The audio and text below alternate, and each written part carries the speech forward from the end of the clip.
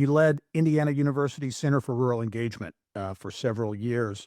And, I think, to me, as we get around the state and do so many stories, I think that effort, that initiative, that whole push is so important because so many rural communities are struggling around the state of Indiana and need that assistance. Talk about your experience there, what you were able to do, and why that rural engagement piece is so important now in Indiana.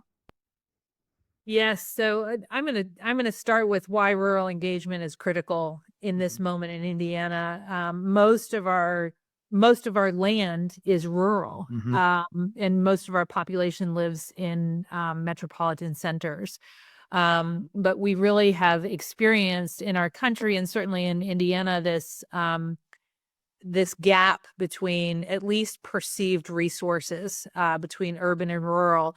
And so the Center for Rural Engagement really worked on they continue to work on an asset-based model where they partnered faculty and students on research and service projects that were all community initiated.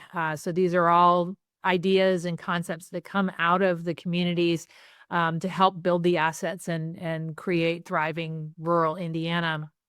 It gave our students incredible access to high impact projects. We had one student from LA who interned in Huntingburg, Indiana for a summer and said he got to testify in front of city council and Mhm. make recommendations that the city actually incorporated, which he never could have done in his home city.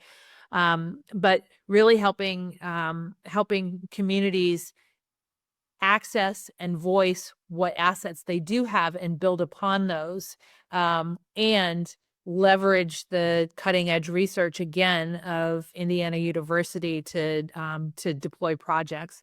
It gave me, on a more of a personal note, a much broader picture of what it takes to have a thriving community, of how healthcare and nonprofits, the governmental sector, and notably leadership, both private and public leadership, those factors can really make or break a community.